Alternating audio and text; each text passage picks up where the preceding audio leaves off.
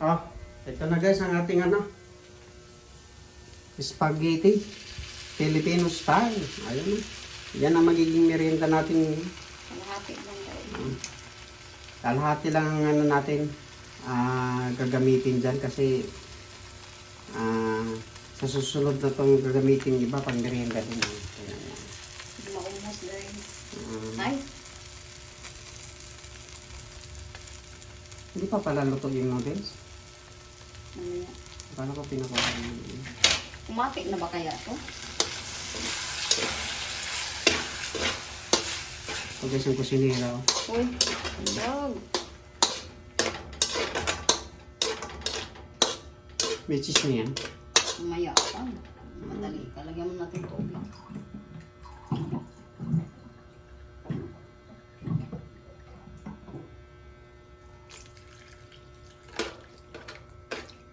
Ayan na.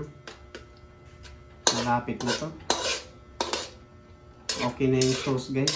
Pero yung noodles hindi pa luto. Papapakin na lang daw. Ano siya? Hindi na.